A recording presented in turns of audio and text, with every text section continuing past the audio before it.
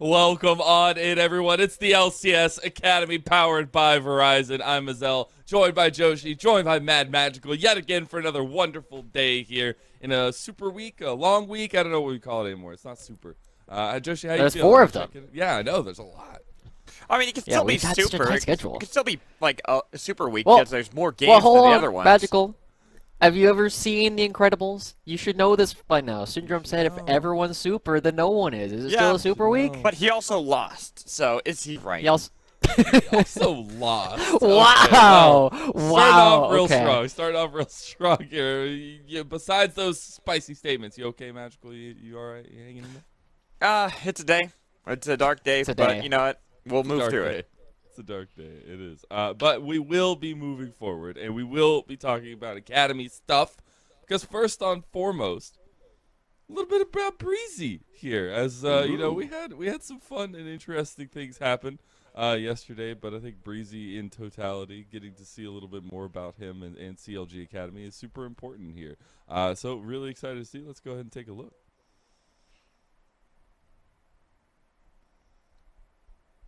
Well, Yeah. I feel like yesterday, in particular, Breezy had one of the best days in Academy we've ever seen from him, right? He looked super, super strong. And we know that CLG has been this team that's been fighting in the middle of a lot of other teams looking for their opportunities to push towards the top of the standings. And now that they have Meech, I mean, we got to see, despite the fact that he's a relatively quiet guy, not exactly he's like super exuberant all the time on the interviews, we know he's a mechanical beast, and watching him alongside Breezy, we see why this combination was brought together for CLG. and it's And worked it's really all well. about the Renata. It's the Renato. It's worked really well for Breezy. I think Breezy has also looked really good when he can roam around the map and try to impact more than just the bot lane. And having a player like Meech who's really mechanically capable in the bot lane, where he feels comfortable leaving him alone, where he can go into these other lanes, has brought back the Breezy we know and love. Yeah, I think that's the most interesting part is like getting to see the CLG bot lane really perform to a T2 extent and seeing some of the mechanical plays that Breezy's able to put through on the likes of Renata. But as a whole, I think is super important to kind of look at for CLG Academy, who are on the up and up with their roster coming together and everything like that. So I think it's important to keep an eye on that one. And a nice little call out there from our producers. But we also got to talk a little bit about something else. And it is a little bit more about Jimmy. Because Jimmy, ya boy, got that pentakill yesterday. Second pentakill of his career, and then second one on Akali, Joshi. It was a sight to behold. It really was, right? We were looking at this, and we were looking at other teams and saying, even if some of their players have an off day, they are still individually talented enough that sometimes it does not matter. And I feel like Jimin is one of our big standouts. He got a pentakill and a quadrikill in the same game. And as I said yesterday, if he was just slightly worse at the game, this was Golden Guardians going to take a game off of 100 Thieves, but no. Jimin makes sure that he's able to stand tall, he's able to get the base defense, and we gave a lot of praise in Spring for when Darkwings did a very similar thing on Cassiopeia. 1v4 defending the base, saving the Nexus. Jimin doing almost the exact same thing here. Jimin was the make or break of the game, right? We saw just before this that he got caught out. It almost meant that Golden Guardians were going to be able to push down and win the game. And then he spawns quadrikills, saves the game single-handedly. It was both his game to lose and win. It was indeed. Now, this next little part is going to be a fun one. We got a bonus clip that was added to the run show. Let's go ahead and look at what the special clip we have in store for us from producer Kelsey is. We don't know what this is, No, so we it's don't. going to be our first live reactions. Oh, I know what this is. I know what this is. I want because obviously we watched the other streams to make sure that we're keeping on point. But God, JJ stealing that away with the Q from Bard. That is one of those plays. Now everyone's going to compare their Bard play to JJ. Have you ever stolen Baron with a Q as Bard? Yes? Then you're just as good as JJ. Nope. Get off the champion. You ain't good. Sorry. Get good. Yeah. I mean, it just brings me back, right? Whenever we see plays like this, it goes back to, I think, the first Baron steal that I ever remember from a support, which was Bloodwater, way back in the day with the Janna, right? Oh the my Ray goodness, one dude! Q What are you doing over right the now, wall. Josie? We're taking a trip down We're history going all lane. the We're way taking back. a trip down our memories, but we get to see the same thing. And I feel like support steals of the Baron are like some of my favorite things. It's just like, oh man, it takes a little bit of luck, a little bit of timing, and that's all you really need to take a Hey. game that looks a little bit lost to something that you can easily win. That's only true if you don't play supports the way I play supports. Oh my I get God. all the kills, I do lots of damage, and I steal objectives. That's just how it Yeah, works. you would have had a people. Night Harvester. You do a little bit more damage. Yeah, for sure. Well, for sure. well, it depends. If I'm Bard, I might have a Night Harvester, or if I'm really feeling spicy, I'd go for Riftmaker, just so it could be in the thick of all the fights. Oh. But that's if I'm feeling really spicy that day. Yeah, we'll see how the spice levels are doing. Maybe check back in on those strats magical. Maybe see if they're even viable there. Because It is. speaking of viability, Kind of. we got to talk a little bit about something that's a little near and dear. I think it's something super fun and interesting to talk about, and it's the Mammoth bot lane for Cloud9. They're together, Let's go. and they're having a good time. They're now in Academy, and here we are, Joshi. Yeah, we get a montage of all the times they flash their mammoth icons, and we know these guys have had, I believe it's 5 domestic titles together when Yep. they were playing in Oceania, and now coming over to NA, they say it's like they never left. They're just coming right on back and having so much success. Just seeing the way that they play together is something that we don't often get to see. King and Destiny, a bottom lane reunited, ready to prove that they're ready for LCS. I think see Shaden even getting in on the fun with the Mammoth icons, but also just seeing the majority of this Mammoth squad be successful in competitive play in North America. I think that's absolutely incredible to see Yeah. that they've all kind of spread their wings in their own way as well. Yeah, I mean, you see Fudge in the top lane, and then it was Triple who was playing alongside them. The only Yep. person who didn't come over and have a ton of success was Babip, but it's not like he was having a terrible run. It's just that Yeah. everybody else is looking so good, and we know this Mammoth squad who has had plenty of Worlds appearance, has played internationally. Now that they're playing in North America, they do have opportunities to prove that they're not just the best players in Academy, but potentially should be North America's representatives internationally. The fact that they also were able to beat Team Liquid Academy, a team that I've put at that would be a top team in LCS. Yes, I'm gonna continue that hot take. I actually still think that Team Liquid It is are that strong hot, of a still team. very hot. It's still It's very hot. hot. It's hot but potato. Hot potato. It shows you that Cloud9, now that they are together as a roster, how powerful they can be, especially now that they have the Oceanic bot lane, the Mammoth duo back in rare form, looking to kick some butt. I think with the rest of the team as well, it's going to be super important to watch the growth and the trajectory of Cloud9 Academy for the rest of the split with this duo coming in, but as well as with Shaden in the jungle, being able to have that kind of synergy between him and Destiny is going to be something I really want to keep an eye out on for sure. But speaking of, Dale, you got something. I saw your finger. Oh, I just wanted to say we also have our guest host over on the Academy stream today. Pyrotechnics did a recent bit with King. Go ahead and check out his social media. He did a recent article about how he's been adapting to North America alongside Destiny, and it's honestly a great read. Go check out Pyrotechnics on Twitter and get a little bit more information on his background. Definitely go do so. It's been an interesting journey for King as well to kind of look into. But King is with Destiny, and we got to hear a little bit from Destiny and some of the inner workings. So let's go ahead and see what he had to say. Yeah, I mean, it's kind of plug and play, Like, this is our 3rd year playing together, so it just feels like normal. I didn't think we had any, growing pains or any miscommunications when we started playing together. It's good to play with him. It's very good to reminisce about the old days, and yeah, I think right now we are definitely the best duo in Academy right now. 3 years. It's a lot of time together. It's a lot of experience together, and honestly, a lot of winning together. So I'm really happy to see Destiny feeling confident and comfortable in the position that he's in. Magical. I mean, I don't know if I consider 3 years that long, but that's also because I've been watching League of Legends. This and is playing. League of Legends. This is esports. All right, Yeah, but come you on. have to 3 remember, years is a I have lifetime. been playing this game since 2010. That's not the That's same 12 as years. a competitive player. 3 Oh, years Old is man like shake a stick at clouds. Yeah, literally. that's how I I can't am. believe you're That's how doing I this am. to Cloud9. Yeah, I mean, I'm not going to take away the fact that they are a solid bot lane duo, but I'll just say that 3 years doesn't feel that long to me. It feels like, yeah, okay, now you're getting towards the I think point you where need a better perspective of the Okay, esports Grandpa scene. Simpson. Yeah, all right, Grandpa. Get off my lawn, you crazy kids! Yeah, for sure. But we got to hear a little bit of that duo, and again, keeping an eye on them as the rest of the split kind of unfolds is super important. But the next part that I like, and the next part that we're going to cover, is my favorite, And it's been a little bit of fun gathering. You these have a lot of clips, favorites. Yeah, I was about to do. say. Hey, I mean, one of my favorite things is Academy. So there you go. It all fits in. Got him. Anyways, we got to hear a little bit of trash talk between XU and Chad for their matchup today. Let's go ahead and listen in what they had to say. Chad wanted to like make enemies with everyone so that he would have like a personal vendetta, but I don't think Chad's that good. I don't know, the sexy guy like barely got 6 last split. He like barely didn't go to the amateur gulag. I don't know how he's barking. It's kind of crazy. I think he's just going for like a lot of plays that like are high risk, high reward, but they're not really panning out the way they should. Like I watched his game against FlyQuest where he did the level 1 invade on Yuji and then he got pushed out and had to base and lost his whole top side. Like it looked really bad, you know. I mean, they only have one good player on their team and it's their mid laner. After that, it like completely falls off. So if Insanity doesn't decide to like single-handedly carry the game, it's not even close. You know, their top scores. He has to decide. As well. I mean, their mid's worse too, but Insanity's just they're only like even good player or even decent. You know, everyone else is just, especially Exit. You know what I mean? I was just playing normal. I think if I play normal, I'll beat Chad.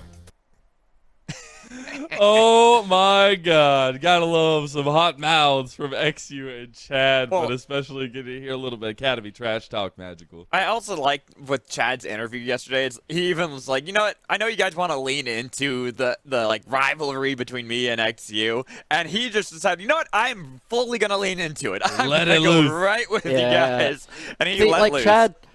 Chad is one of the players that I am so happy is in the academy scene. Me too. Realistically, like any league deserves to have somebody like Chad, right? He's a trash talker. He's ready to, put up or shut up. And then he's also absolutely wild when it comes to his gameplay. Early game invades, going for level 1, sometimes winning, sometimes losing right off the bat. He's got action. He creates chaos, and you always know wherever he goes, it's going to be a fun time. And now, both these guys are trash talking XU a little bit more muted than Chad, but we'll see what they actually do on the Rift. That is going to be taking place in the Academy stream. Yeah, and I think that matchup in particular is really interesting. First of all, for Dignitas Academy to kind of redeem themselves, I feel like, in this third week. But for Immortals Academy, a little bit of the same story, Magical. But this matchup in particular is going to be so pivotal for the series itself. You're talking about the Immortals one, right? Because I mean, Immortals if I'm looking at the Immortals matchup, I feel like it is all going to be down to how Chad and XU play. I feel like that's just That's what I said. that's the thing. But I don't think that there's more to say there. I don't know. Okay, well then I guess we'll talk to Joshi then. Well, no, because the reason being is Josh already said it all. It's level 1s from Chad. If that works, it works. If it doesn't, it doesn't, and that's gonna be the game. Yeah, we have to kind of face the facts, right? We looked at this. XU was one of our top prospects. We were looking at him for most valuable prospect, but he hasn't necessarily been living up to that hype, along with a number of our other prospects. And so, XU, he's also got to put up or kind of shut up, right? He's saying, like, oh, Chad doesn't look that good, but if he beats you, it's good enough. And he was the one to start off the trash talk. He started out between Chad, saying that, I'm better than him. I can do this. And then this season, it's been all right. It hasn't been that big of a show for XU, so that's why I said for that matchup, it's just the level 1s. That's it. Once you know who got the level 1 lead, the game's over. Well, those level 1s will be intense. We'll see how it all works out, because we got a full day of games ahead of us. And if you want to keep an eye on that, we got to check out the schedules. So, on twitch.tv/academy, it is Stream A. It'll be Golden Guardians Academy taking on TSM Academy, Team Liquid Honda Academy taking on FlyQuest Academy, and Immortals Progressive Academy taking on Dignitas Academy. Again, that'll be on twitch.tv/academy with Pyrotechnics, Cubby, and Deserex. Then here, where you're already at, on the B stream, twitch.tv/PathLCS, we'll have Cloud9 Academy taking on 100 Thieves Academy, and CLG Academy taking on Evil Geniuses Academy. And, with this stream, multiple schedules, multiple games, things to keep an eye out, things everywhere. You need a place for all that to be. And guess what? There is a place. Lucky for you, it's called @PathLCS on Twitter. Because if you don't follow that, you don't know what's going on. You have no idea. Your head's in the clouds. Ain't it magical? It was better than my guess. I was going to guess Mazelcasts. That's the one I was going to think. You can follow that one too, I guess. But I feel like that one has like a little bit of like a crossover with LPL and stuff like that. So yeah, just stick to @Path to LCS. I think that's the safer one. You look so relieved there, Magical. I remember yesterday when Mazel comes and was like, if you don't know what Twitter is, go follow Path LCS, and Magical's just like, How does that work? That's not how any of this goes. Yeah. Look, But you it know, is where I we gotta post change. all our- I gotta change my opinion every day. You know, Yeah, I gotta keep you all on my on the toes. 'Cause if you don't On know what all I'm your gonna say, toes. We got to keep on all of Magical's toes. Yeah, It's gonna be a fun one for sure. If you haven't followed, please go do. All the love we've gotten has been amazing. At Path to LCS, please remember that. Now, our first series of the day will be Cloud9 Academy versus 100 Thieves Academy. I think this matchup in particular has so much going for it. There's so many storylines for this one. Particularly, I know one of my favorites that we'll probably talk about a little bit later, but first off is looking at this Cloud9 Academy roster and looking at King Destiny coming in, looking at the full culmination of the roster itself, Joshi. Yeah, this is definitely a roster that has seen some shakeups since the spring actually came in, right? Malice has been replaced by Sheeden, and Isles has been replaced by Destiny. And King and Destiny, they look so good right off the bat, immediately taking Yon and Alos, one of our best bottom lanes to town to start things off. But it's also a roster that has been seeing some success, right? They're not necessarily quite at the top because they had a rough early part of the season before they got everybody back in. But now that the roster is all together, just like Team Liquid, the boys are back. I'm ready to see them climb. Boys are back in town. it was also difficult for C9 because King and Destiny had to sub in for a bit for the LCS. Didn't look the greatest, but also that comes down to practice time with the team, how that really is functioning. Then slotting back with the team that they were meant to be, the team they were practicing with originally. You're seeing the power that they have with the rest of the members. They understand Copy, Shade, and Darshan far better than they did the LCS team. Well, hey, you're talking about, the boys being back in town, the team coming together, everything like that, but 100 Thieves, the boys been in town now for a week. They've been hanging out. They've been at the hotel. I don't know. But seriously, 100 Thieves Academy roster as a whole has been looking stacked. And I think getting to talk to Will be at a bit, hotel? I don't know. This is just what I felt like went with it. But anyways, You could have this said the 100 roster- Thieves compound. No! Cash They App have- compound. You they gotta don't get it in have- there. Where's our They branding? don't have beds at the compound. Not with that attitude. Yeah, true. Maybe we can change that. 100 Thieves roster as a whole, it's a scary situation for Cloud9 Academy to come into because I feel like they've been firing on almost all cylinders here, Magical. I mean, you look at pretty much every lane, and they've got someone that has been dominating. Boostio leading the charge in the bot lane. The MFX been holding his own, playing a lot more of the center, but the weak side's been working well for them. Jimmy and the pentakill and quadra-kill yesterday on the Akali. It's just been insane. But then we have to look towards the top side because the greatest thing about this matchup that I'm really excited for is it's the grudge match between Tenacity and Copy, former teammates from 100 Thieves Next, facing off against one another. Tenacity, one of these players that everyone was really hyped up when it came to 100 Thieves Next. Copy kind of went under the radar.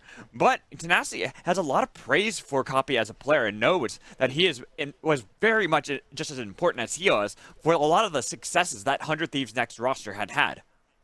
Yeah, and I think looking back at the times they had together, right, and seeing some of the successes that we lauded Copy for, but as well as Tenacity, like building the blocks that have now created this persona that Tenacity is a 5-star prospect who will make it to the LCS one day. I think it's super interesting to see the dichotomy between the two and see Copy's progression at the side of Tenacity's progression when they came up in such a slamming form together on 100 Next, Joshi.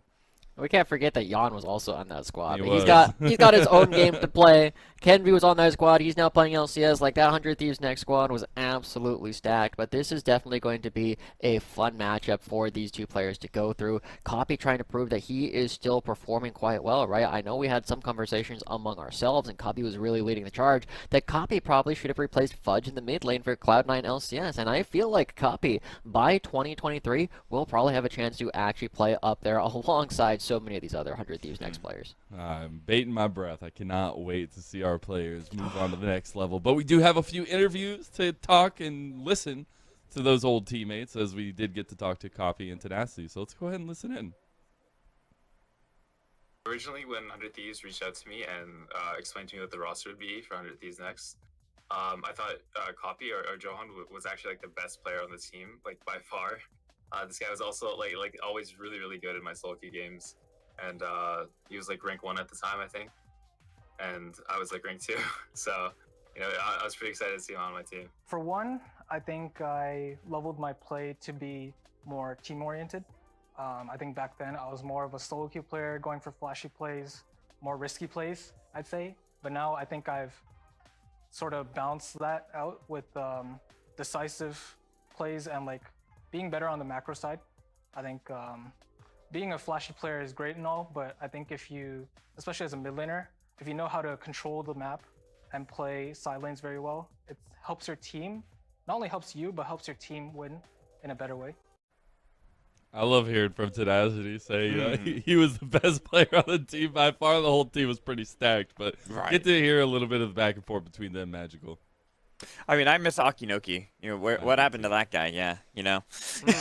No way. Who knows? Who knows? It's just like some amalgamation of. Yeah, just Definitely didn't change his name. Definitely didn't whatsoever. I mean, come on. got replaced by Yon, and now I mean, then again, look at Yon. Oh no! Look at Yon now. Yon's on Team Liquid doing a great job. Look at the path forward for him. But in all actuality, right? Like, it is nice to hear from Copy Tenacity. It is cool to see the grudge match coming back between them two. I think that this one in particular is going to be a fun one for both of them. I think this season has been an interesting one for Tenacity in his own right. I think he's been a little bit hypey in some of the plays and some of the picks that he picks, but I think that's what makes also Tenacity such a lovable character in the academy. He has picked 10 different champions. 10 different champions, and we're only and ending a lot week of them 3. are blind. Like, Right. That's the crazy thing. I think there's only like 2 champions he's played more than once. I think it was Aatrox and Ornn. I think they're the only 2 champions. And Fiora. And Fiora, thank you. There we go. Thanks for getting me, Josh. But yeah, he's been playing all these crazy styles, and I almost wonder if that's contributing to this 11-game win streak that 100 Thieves are now on. They are. Well, what's up, Josh? listening to what Copy had to say at like the end of that interview, right? I was like, I feel like I've become, much less hypey of a player. I've calmed down a whole lot. I sure look about to play that? our team. Tenacity. He had a Yasuo game yesterday, and we're not going to let him forget it. but I don't even know if Copy is true to his statement, because we're also seeing like deep dives, tower dives yet again for another season from Copy, and I think that maybe both of them revisit that statement, maybe go look at the definitions a little bit. Be aggressive. Be aggressive is the name of the game. But speaking of be aggressive, I know we talked a little bit about the fun matchup rivalry between Tenacity and Copy. I think though, particularly something that I'm interested in, and what I was kind of foreshadowing to at the top of the day, is we do have 2 young and upcoming junglers in this matchup. And I think that's super integral with the way the meta is playing out and the way that both of these junglers play, that Shaden versus Will is going to be so volatile in this series itself, Josh. Yeah, I mean, we definitely have 2 young players. I feel like Will, in particular, yesterday kind of showed that he's able to do things on his own. Hold on. Puppy! The poppers. Come here. Is that the cheddar biscuit? That's Cheddar. He's not super happy about the fact that we're not talking about Will and Shay, and he was liking the Copy Tenacity a little bit more, but we're definitely seeing that Will actually had a lot of opportunities yesterday to showcase that he's able to make plays as well. That was one of my questions, is how much of it is Will versus how much of it is the rest of the team, and yesterday he was looking quite good in his ability to affect the map early on. Yeah, I think the amount of talent in these 2 young junglers is so important to kind of highlight, because you will still see some of the overextensions, some of the bad decisions, some of the crazy fights, some of the 3v1s, things like that for these guys. But in all actuality, it's part of that growth process, and it's part of developing those skills and especially the experience in academy. It is. Messi is learning. I like that statement. I like that statement a lot. It's good. I will say I'm also really interested in this jungle matchup between Shaden and Will, because Graves and Kindred are now going to be like top priorities for both sides. They both like to play the champion just as much, and they're both insanely talented on those champions. Yet I expect both of those champions to be banned, and then we get the weirder things. We get the Zac coming in from Will again. He's been absolutely monstrous and doing a great job on that champion. But then you look on the other side, Shaden, if he gets Talia again, he's tied for first in most kills for a single game in this split so far with 14 on as Talia. a jungler.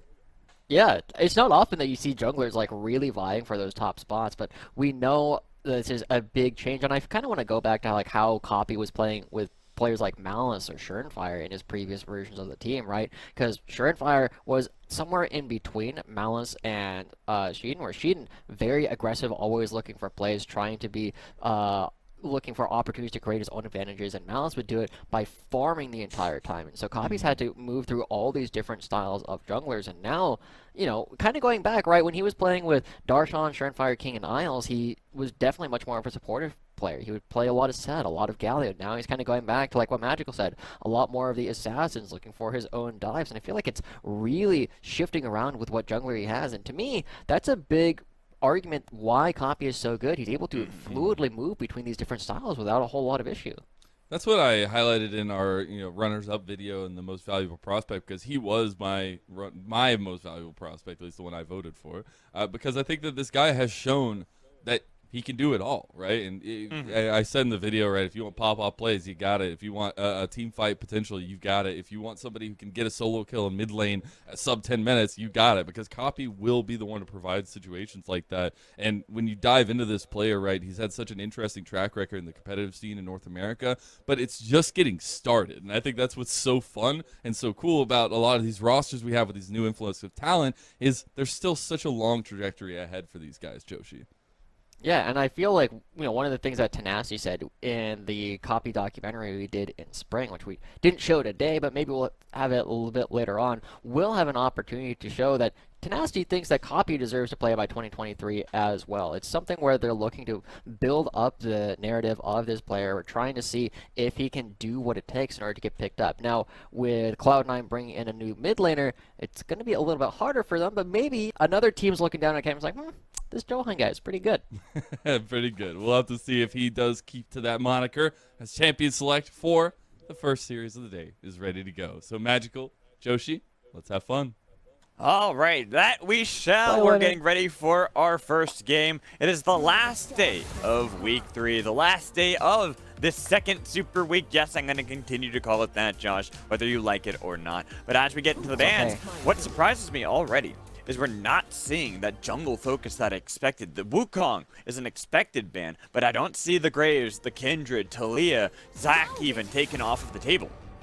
Yeah, and don't be fooled. We have to remember that 100 Thieves, they are actually 11-3. They have won their last 11 games so far this season. It has been an absolutely monstrous turnaround from them after their first week. But we also have to note Yuumi banned away against Destiny. We've looked a lot about different players who are kind of character specialists so far this season, and that's not something we see very often. But Destiny, one of 3 players that's played Yuumi, has half of its representation here in Academy, and he's contributing to the 100% win rate that it has. And Cloud9 gonna have to find something else for Destiny. The only other thing he's played so far is Tahm Kench, but with Cloud9 banning away the Senna, we're gonna see something new from Destiny, I'm sure.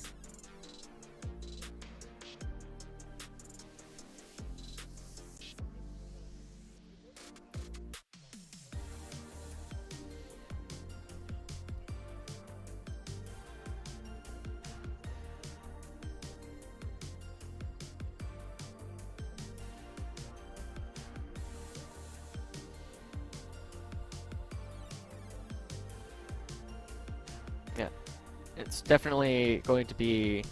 Oh, was that coming from me? Or we definitely know that 100 Thieves is still looking to pick up a lot of things, right? Tenacity has been very vocal about the number of champions you can actually play up in the top lane and just blind them and just get free low. But the Ezreal coming in right now, we've seen that when BMFX isn't able to play the Senna, he's been looking at the Lucian, he's been looking at the Ezreal, and the safety that these champions provide. With the Senna plus Lucian both taken away from Cloud9, forcing 100 Thieves into a less comfortable situation, it is actually really cool to see that they are following the footsteps of teams like Team Liquid, who are not super focused on getting the same duos. It's not the Ezreal Karma, they're taking the Nami away from King.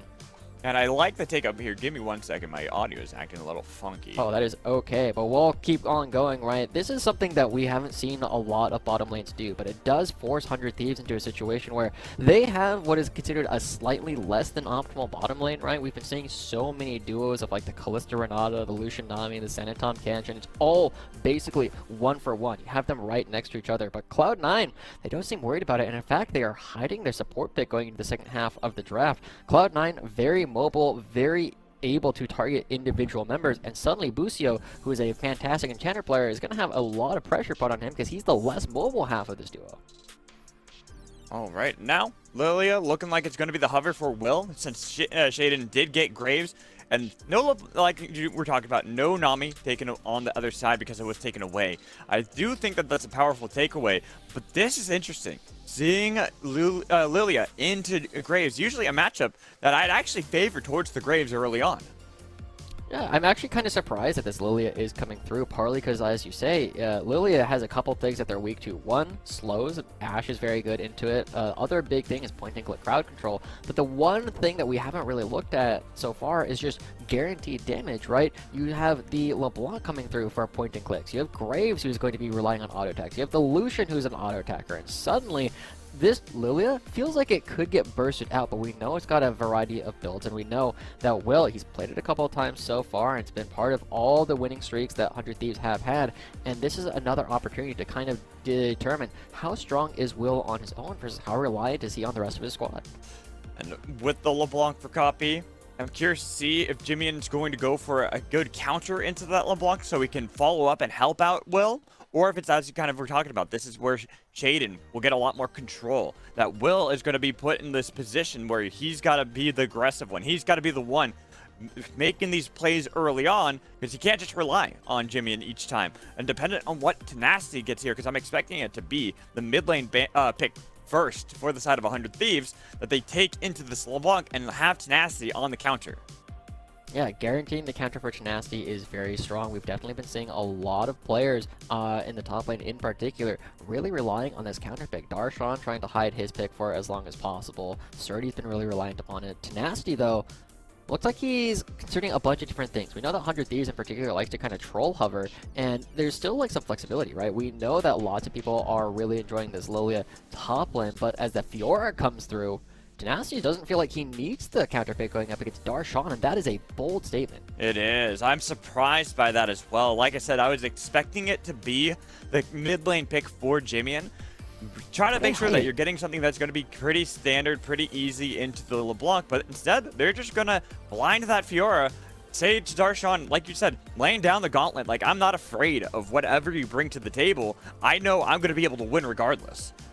Yeah, that is, one, it's very bold coming out for 100 Thieves, but I'm also a little bit surprised that they are choosing to hide the mid lane, right? I don't expect that Jimmy is going to have something that is super secret tech, right, in the mid lane. He's been very comfortable in the Corki matchup, but this is the big matchup that I was a little bit worried about. Gnar is historically very strong for Darshan, and a pretty decent matchup into the Fiora, waiting to just, like, kite people out, right? We were looking at the matchup between Gnar and the Gwen yesterday, where I was like, yeah, Gnar just kites around you. He builds a Trinity Force, he gets the wit's end, he just kind of walks around in a circle, and you can't catch up. This is kind of a similar situation right now for Darshan, and he's one of the few top laners I think can actually lane and not only challenge Tenacity, but even beat him in good matchups. And the final pick for the side of 100 Thieves, Twisted Fate. More roaming capability, and this is kind of interesting. Looking at what we were talking about between the jungle matchups, the Graves into Lilia, seeing how that ball is going. Whoa, hello. It looks like we're just getting right into the game. Alrighty. Yeah, no pause on this train right now, going right on in, and as you said, right, Jimmy has a lot of ability to play around the map. This is his first time playing the Twisted Fate here in summer, and we know it's a pretty decent matchup into the LeBlanc, right? You have a point-and-click crowd control. You're less reliant on being the sole magic damage dealer because you already have a Lilia with a Dark Harvest on the team. I feel like 100 Thieves have a very mobile way of playing this game, and it kind of plays into their, you know, Messiah's learning strategy that we've been seeing from them. 100 Thieves, they just go for scraps, and they are just out-handsing people. With 11 games in a row that they have won, they definitely have at least made sure everyone knows that their hands are superior. They are mechanical geniuses and wizards on the Rift, but against Cloud9, the veterancy that you have when you have this Oceanic bot lane that made it to Worlds on Mammoth. You have Darshan, a player who himself has made it to Worlds many a times, with Copy and Shaden, these great rookie players that we expect great things from, who are mechanically gifted themselves. It's going up against a lot more of a rookie side on 100 Thieves. Yeah, 100 Thieves have a lot of raw talent, and honestly, this kind of roster has not had a lot of historical success in Academy, right? Other rosters that are just mostly hands without the same kind of macro have typically floundered, and going up against Cloud9, I feel like it's one of our better macro teams, and that has significantly been led by Copy. Guys, right now, a little bit of a skirmish in the bot lane. Busio holds onto the flash, only an ignite for exhaust burn on both sides. Yeah, ultimately, Busio taking a lot of damage there, right? Does need to be careful, but this is one of the benefits of having a Nami on your team, right? As long as you aren't threatened to get all in, you can heal yourself up rather consistently, and Jimmy is doing a decent job fighting back. One of the things that I've actually been really impressed about from Jimian in the mid lane is his willingness to just kind of step up and make sure he gets that extra auto attack at the end of a lot of trades, right? Copy could have walked away there, but Jimian says, you should walk away here. I'm going to get a little bit of extra damage, and he just like takes fights and takes trades a lot more aggressively than a lot of other mid laners.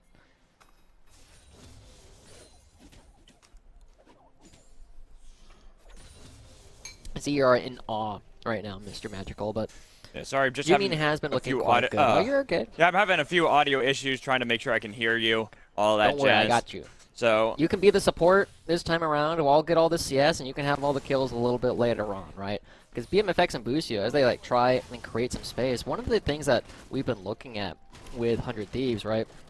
We know Busio, super sick enchanter player. The only person I would argue might be a better enchanter is actually going to be Ayla, who we already know. He's super sick. He played in LCS. Corey JJ is like, yeah, he's the second best support in all of North America. But Busio is really trying to put a hurt on it, and now BMFX and Busio, despite the fact that they had to blow the exhaust early with Destiny trying to find the kill, BMFX and Busio are going to be pushing things in. They have a whole lot of priority, and now the question always comes about, like, what do they want to do with this priority? It looks like they want to stick around and harass Destiny and King instead of trying to get it back in.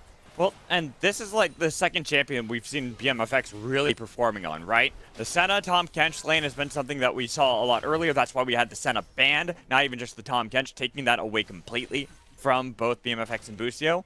But here on Ezreal, we saw yesterday, he was popping off, making these great plays on the champion, really following up Busio. And the fact that they have... Ooh, that was close. They staggered back. Busio... He called the bluff, unfortunately, and decided to stick around while BMFX said, I got it. It's alright. BMFX is going to be able to go get the back end. He's not going to lose a whole lot for it. But while we wait for some of the shenaniganeries to unfold, as the game is a little bit quieter right now, and I know you hate it, Magical. I do. I kind of want to go back, right? Because we were praising Cloud9 a little bit earlier for their ability to play the macro game. And we know that on teams like 100 Thieves Next and even on Cloud9 previously, players like Tails, players like Fallen Bandit, were always praising him and saying Copy is actually the one doing a lot of the shot calling for the team, and it's kind of the growth that has come out from one of these rookie players. I just loved that bubble. That bubble from Busio. Even though, yeah, you have a good idea that King of Destiny are probably there, and the King, ooh, wait a minute, the flash in, Copy, suddenly, first blood, let's go. Wow, Copy. I mean, we were just praising Jimian yesterday for how good he was playing, and I was just saying he loves taking these aggressive trades, but when you start finding yourself low, when you take that extra auto attack in return, Copy's not going to let you get away with that, and Copy solo killing one of our best performing mids. That was quite insane. I did not expect him to just get that kill as easily as he did. The chains barely connecting, was just one auto attack away, so that's why Copy flashed forward to get the auto attack and had enough health to walk right out. Great play from Copy. Again, proving to us why we keep talking about him, why we keep hyping up this player as deserving of an LCS spot. And that's huge, right? We were looking at how Copy was playing a lot of like defensive or utility style mids, like the Set, the Galio, the Karma historically, but finding this first kill not only gets him a lot of gold, but it stifles a lot of what Jimian was trying to do. He's already going for the Mercury tread, so he's not going to have the same kind of cooldown in order to move around the map with his ultimate. He's not going to have the damage to clear out these waves nearly as quickly, and Copy could suddenly do it instead. And Copy, looking to 1v2 at the moment, finds Will, gets the flash out of him. The chain's connected again. Copy getting so much damage and forcing Will away while the bot lane has a little bit of a skirmish. Nice double bubble coming in from the side of Busio, looking for a little bit of skirmish onto BFX, but with the Ignite ticking onto King. It looks like King and Destiny are playing this one wisely, getting back, but here's BMFX chasing him down the whole while. Getting a lot of damage onto Destiny will force another recall out of the bot lane. Busio's so good, dude. Finding his own double bubble there in the bottom side. And King and Destiny, we said they're back, but here's Sheeden. Oh, Sheeden got it. The easy play here. Jimian, no flash. They're just playing that one slowly so they can get the kill over to Sheeden, while Will shows up, gets a little bit of damage. With how low Copy is, he can't really fight back too effectively. But it's also a problem that you have to face with Azlilia. You don't duo against the side of a Graves. Oh, I remember what we were saying about 100 Thieves. They're just out-handsing people right now. It is Cloud9 out-handsing 100 Thieves, threatening that 11-game winning streak, looking to put it to a stop. Sheeden hitting level 6 in the middle of the wave, suddenly finding the confidence to actually go for the duel against Will. And like you said, Copy can't help a lot, but he can help just enough to actually pick up the assist. Suddenly, 100 Thieves mid part of the map is crumbling, and Sheeden and Copy can take over the rest of the map. Well, this is kind of going back to what you had wanted to see from Will, whether or not he was going to be able to perform in this kind of matchup where he's got to worry about Copy having maybe an advantage as he has now gotten himself against Twisted Fate. Darshan constantly shoving in Tenacity, so Tenacity can never rotate around to help out Will. So where does Will start to come online? When does Will look for a play himself outside of being reactionary to what Sheeden does? Well, we'll find out, right? As we take a look at this, the big thing, again, is that Copy, right, he's really pushing the limits, takes a couple of turret shots, and that makes it difficult for him to come back in. But watch how he uses his abilities on the wave. He wants to make sure that Sheeden can actually hit that level 6, get the one last melee, and then just the chain dodging out from everything. Both he and Sheeden dodge away from the damage, and the Triumph comes through to make sure that Sheeden doesn't die to the turret. It's just a whole lot of small things that Cloud9 are doing well, and 100 Thieves have not caught up.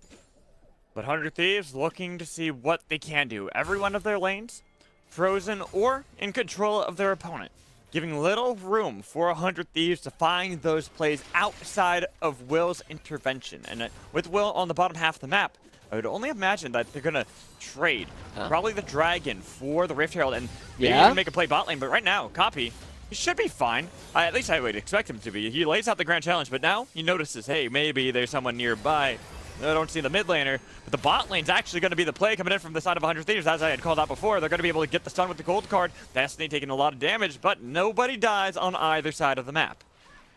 Wow, BMFX forced out, did not have a lot of mana, and 100 Thieves pulled the trigger anyway. Good response from Destiny. I was initially a little bit confused as to why he went for the quickness and just going for the charm, but immediately seeing that Jimmy gets caught out means that he loses a lot of HP, and with his first Destiny gate not coming to fruition, we were already saying Copy was going to have more success, going to have more time to roam around the map. He tried to go top lane, Jimmy goes bottom lane, and it's still the Rift Herald that gets picked up for Cloud9. And Shaden's hovering around this top lane, looking for the play on Tenacity. The Thwomp blocked by the riposte. It's going to be Shaden jumping in, getting a lot of damage. The flash away coming in from Tenacity, but a boulder to the face, looking for a lot of damage. Dodge. But he's dodging away. Finally, the flash secures the kill for Darshan. Oh, Tenacity stayed alive for so long there, but at the end, it's still going to be a Cloud9 victory. The hands are coming through for all of our more experienced players. The veteran roster of Cloud9 really showing all these young whippersnappers what for, and Darshan able to get out. Darshan even avoiding the tidal wave. They were looking for that hopeful redemption play in the top lane now that they got Lucio out. But looking at mid lane, Jimmy again in danger. Ignite is ticking. It might be able to just pick up the kill. There it is. 3 deaths coming through for Jimmy. 3 deaths already, and it feels like Cloud9, they find one small point of power on the map, and then they're snowballing it, right? It's Copy. He finds a solo kill, and Jimmy has not had a reprieve. He doesn't even have an opportunity to use a flash there before he ends up dying. And 100 Thieves, when they are coming in from a deficit like this against a team that has already shown that they can beat beat Team Liquid, Cloud9, I don't know where 100 Thieves really come back, because they have the scaling of Tenacity that they can kind of play for, but the mid-game power spike that Twisted Fate and Ezreal and Lilia often look for is going to be matched, if not exceeded, by Cloud9.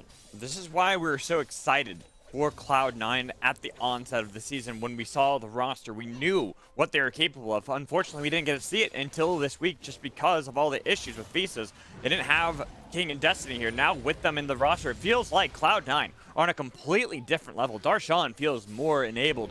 Shaden and Copy are a powerful duo in this mid lane, constantly looking for these aggressive plays. And looking at how they are at this moment, 2-0-1, 1-0-3 in the mid part of the map, Cloud9 have gotten everything they need.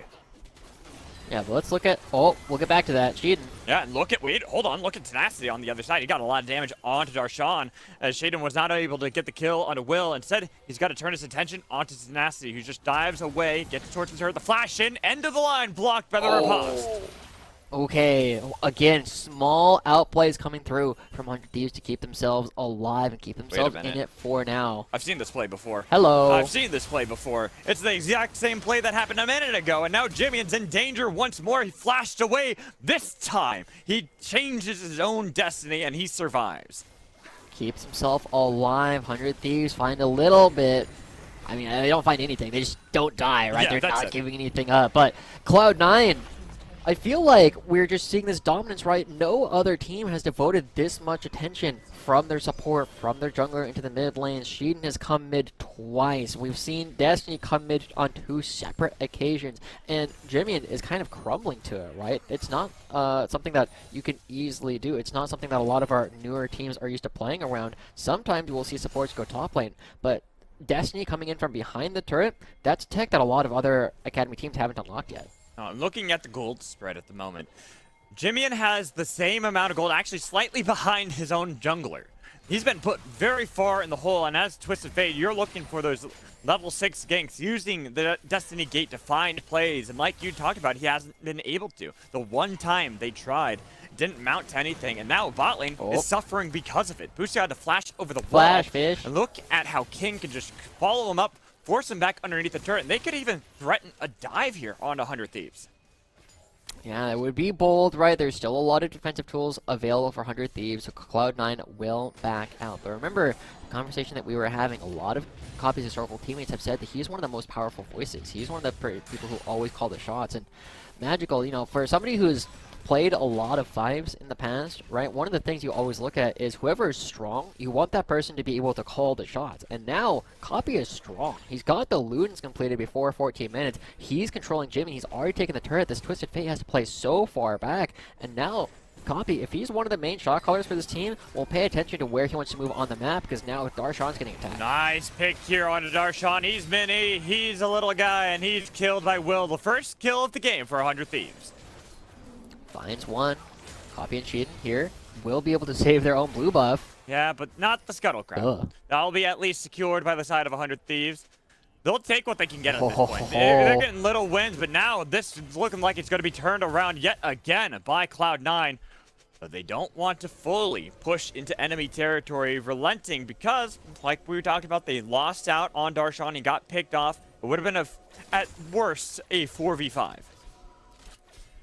And now Cloud9, everybody knows where everybody is. Will is coming right behind Sheeden. Oh, and Sheeden's taking a lot of damage from Tenacity. That's going to be the riposte, but with Tenacity so low, the collateral damage nearly executing the kill onto Tenacity. It'll force him out, but he has TP to rejoin into this top lane.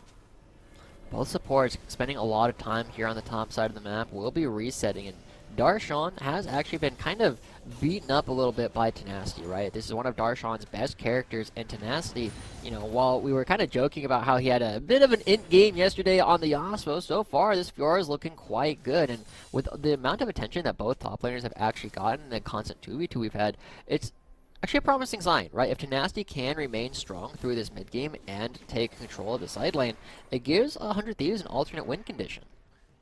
I mean, and they can even put Jimmy into that position as well. Even if he's 0-3 at the moment, slowly but surely, they can scale up this Twisted Fate to be a menace in the side lane so they can 1-3-1. But if Copy can just annihilate BMFX beforehand, might make it difficult for them to have the 3 members grouped up mid.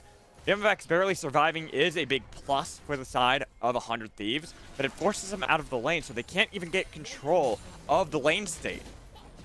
Yeah, and it's happening at a pretty rough time, right? The next dragon is actually going to be spawning in Cloud9. They take mid priority. They're forcing the members of 100 Thieves out, and you see that Will not even walking over to try and contest. And 2 dragons starting off the game. A 5,000 gold lead already picked up for Cloud9, and it looks like Cloud9 are going to extend it by picking up the bottom turret. And remember what we were talking about how this LeBlanc was going to be one of these players that is going to determine the game? Yeah. LeBlanc loves open maps. She loves long chases. This is a perfect opportunity to showcase why Copy was one of the first members of 100 Thieves Next to move to Academy and find success on that Academy squad.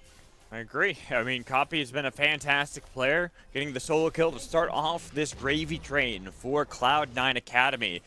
They have such a gargantuan lead here at 17 minutes into the game, separated by nearly 5,000 gold. they can easily set up their own 1-3-1 LeBlanc. But I mean, I was talking about how Fiora and Twisted Fate are good at setting up side lanes, but so is a LeBlanc and a Gnar. Yeah, and the Gnar, despite the fact that they're down a little bit of CS, has already gotten the kill, has also received a lot of turret plates from the attention of Shaden coming up towards the top side. He's actually stronger, and we're going for the same kind of build that they had against the Gwen yesterday. The Trinity Force and the Wit's End allow you to have so much movement speed that the Fiora won't be able to keep up. Darshan, I mean, I've questioned him picking this Gnar in the past, but this is a situation where it's a good matchup. He knows how to play it, and he's got a gold lead on his opponent. Which is quite amazing to see from this veteran. It's the trifecta. Yeah, it's the trifecta in the fact that he's got the Trinity Force, he's this veteran player that's getting an advantage in the side lane, and it's bolstered up by his jungler, Shaden, popping Rift Herald, looking to crack another turret. They will get that tier 2 in top lane. Yeah, again, I always say it. It's effectively 2 kills going over, this time shared between Shaden and Darshan. They are in so much control. And it's kind of fascinating watching like Darshan play in these games as well, because we know, I see it all the time in Twitch channels, like, oh, I can't believe we're getting so much extra presence for our new unknown players like Darshan. But we just saw, right, last spring we had Dokla, our most valuable prospect. Darshan has been consistently one of these journeyman people, just like Acadian, just like Armeo, who are flicking in and out between Academy and LCS. And if he's beating the #1 prospect that we were kind of looking at for the top lane in Tenacity, that's an argument to like, yeah, we have young up-and-coming players, but I'm still learning too. I have an opportunity to get right on back. Even if you think I'm a known quantity, I'm still getting better. Cloud9, they've rotated their members down, looking to see if they can play around the bottom quadrant of the map, because it's only 19 minutes into the game. Still not even a Baron to play around. They've got themselves in a great position at 6,000 gold over that of 100 Thieves, and possibly about to topple another structure here mid. That is so low. Pretty much just one more wave and one auto attack from King will topple it. Yeah, so, we're starting to get to a point in the game where 100 Thieves are supposed to be very strong, right? Ezreal's coming online relatively soon when the Marijuana gets completed. Twisted Fate is supposed to already have gotten ideally one good play off. The Fiora has the first item and is now playable into the Gnar. But look how far ahead Cloud9 are. The power spike coming in from 100 Thieves aren't going to mean all that much, and 100 Thieves, they don't have a ton of players who are going to be able to actually create plays. It's basically Busio and Jimmy. Okay, flashing from Will. Well, That's a 4-man wilting lullaby, but they can't really follow it up. All they have to do is look at Shaden, but Shaden survived so long, and then they turn the fight back, taking 3 immediately out of the equation. Cloud9 coming in and showing that they have the wallet to back up the fight. I like the recognition from 100 Thieves that you gotta go for something right now, but it's unfortunately not a situation where you can actually do anything. Like you said, the wallet difference is just too big. Cloud9, they have more friends right in the area, and suddenly the gold lead that was sitting like 4,000-5,000 has ballooned to 7,000, 8,000, 9,000, right? Cloud9 are in total control. Yep, there it is. Ouch. Oof. Okay. Oof, big oof there. I saw that coming. That's why I'm like, I know you're talking and making a good point, but Copy, he's got way too much damage. I thought for sure Jimmy was just gonna flash out and be like, no, there's no way I can take this. You would think. But I also saw Copy with Flash, and I would think Copy would follow him with the Flash. And I feel like Jimmy knew that. Once he showed up top lane, he was just trying to secure some control around the last remaining outer turret for the team. But unfortunately, it was at the cost of his own life. And now, in fact, jumping over the wall, will be alive. He'll at least be safe for now, but the fact that we just are getting past the 21-minute mark, we're at nearly a 10,000 gold lead for Cloud9, and they are looking to see if they can just fight it out, brawl it out. Hot Belgian waffles, BMFX just got bursted. Wow, that was not close. And now 100 Thieves are going to be losing yet another dragon, going to be going over. Cloud9 virtually controlling everything. And when King is the one just going to say, hey, I'm just going to jump over this wall. Hope you guys are ready to follow me. That's when you know the game is just about over. So, what have we learned from this game so far, Magical? What have we? Or do I have to tell you? Is this like a teacher asking the students, like, what did we learn today, kids? Yeah, let's go with that. Don't play Twisted Fate into LeBlanc. That's an okay matchup. I don't think that's the most important. Okay, lesson. okay. Don't let Shaden have Graves. All right, that's a better lesson that we have learned. Okay, okay. I Well, think it's let's put have it a on game pause plan. right now because we see that Tenacity was looking for the pick onto Darshan, but now reinforcements are here. Shaden has enough damage, and they're even committing the TP from Jimmy and trying to see if they can make this play, capitalize on an overextension coming in from Cloud9. They get the shutdown, but it's a trade 1-for-1 at the moment. Looking at Copy, trying to see if he can get the damage onto BMFX. The calling as well. It is doing a lot. It kills BMFX, and they get the double kill for King, chasing down. They are mammoths in this game. Triple kill to the name of King. And there is another fight for 100 Thieves. They try and use the hands, but hands aren't enough to beat money. It feels like real life at this point, Magical. Yeah. Right? Cloud9 just have so much more in the bank, and they have the hands too, and I think that's the big lesson, is 100 Thieves, Messi is learning. We know that they go for a lot of wild fights, but it only works against teams that aren't able to match it. Cloud9 has the hands, they have the macro, they have the game plan to challenge 100 Thieves on all of these fronts. And while Tenacity might be our one player with a small advantage up in the top lane that he's accrued for himself, it doesn't matter when the rest of your map has already crumbled. I feel like 100 Thieves came into this with the same kind of game plan. We're just going to be stronger than them. Cloud9, the veterans, just look down, respect your elders. Well, it's like, yeah, you got the veteran saying that, but then Copy. It was all Copy starting off this entire gravy train. Getting that kill solo onto Jimmy, and I feel like that just... Respect your juniors. Is that a... No, that's not a phrase. But anyways, it's just Copy kind of set the tone for Cloud9. He set the pace that's like everyone else was like, yeah, let's follow that up. We got the aggression. We got the hands. We can best 100 Thieves Academy. And at the 24-minute mark with 3 dragons to their name, they're looking to stop that 11-game win streak in its tracks. And it's going to be ending momentarily. Copy is hopping over the wall, seeing if there's anything to go for, but with the Baron... Oh, Darshan just goes. Darshan, that's aggressive. Finding the pick on the Will, even if on the other side it was Tenacity taking that one turret. Now the fight re-engages. Looking at Darshan, he's pretty low. Tenacity's in the middle of it, but it's body blocked. No riposte to make sure they can get the grand challenge. While they fall, they've taken Destiny out, but the chain's connected onto Jimmy, and the bubble does not connect. And they can get Jimmy right out of stasis, and they're now at the precipice of victory. 100 Thieves looking to drop their first game in 11. Cloud9 walking forward. They still have the Baron, but Darshan coming out of base. This is bold. Team Liquid absolutely goes for an end here, but it's Cloud9. Yes, they do. Holy crap. Yeah, they got the damage. They've got this game.